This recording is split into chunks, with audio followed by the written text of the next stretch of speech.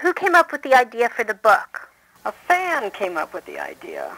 A fan who met us through another aspect of Bill's work. He was a journalist, and he had been an enormous Days of Our Lives viewer all his life and still is.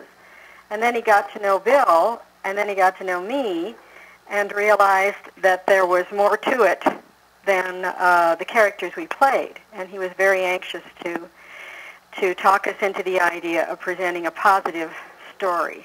So he took us out to dinner, spent 3 hours telling us why we should write a book. There's enough negativity in the world, and we have a positive love story, and that's it. And that was it.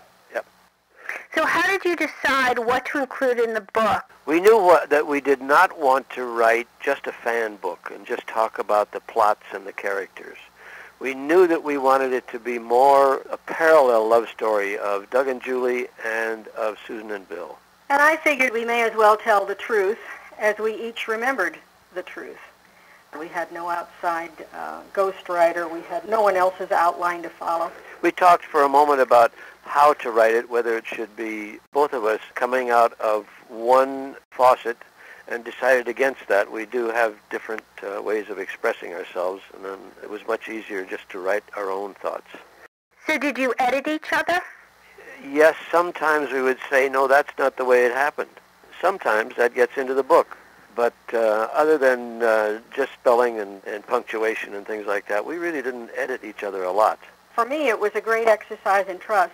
We looked at each other and looked into each other, I think, more deeply than we ever had in all the years we had been married. It was an extremely intimate experience. How did it affect your marriage? Positively.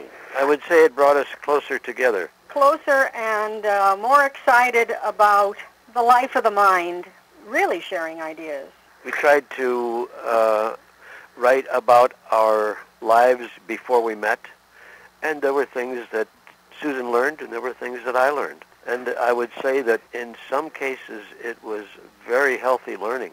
And did you find that sometimes it got too personal and you decided to leave that out of the book? Not much. We decided that we wanted it to be personal. I think I can honestly say now that my life is an open book. I don't think I left out anything that was painful or anything that I'm embarrassed about. Those are the things I put in. You remember everything in such vivid detail. How did you recall it so well? Well, for one thing, I am an inveterate note-taker. When we go take our trips, our long trips, I write down every day what we've seen and what we've done. Like the one chapter where I talked about being detained in Egypt, I wrote a lot of what's in the book on the way home. And I recall vivid events pretty vividly. I think as actors we are trained to remember. Showing so much in the book, how do you feel at cocktail parties with your friends and family? Well, I think the jury's still out. I think our most consistent review is that they couldn't put it down and that they learned a lot about us.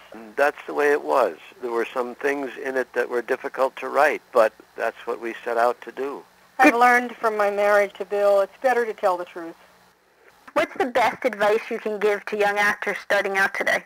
Work your tail off. Do you feel that you can give writers advice? No. I'm still in awe of people who can transmit something as ephemeral as an idea onto the printed page. I really admire that. So you've traveled extensively. If you could live anywhere in the world, where would it be? In a Georgian house in Devon. And it would be nice if it was the 18th century at the same time.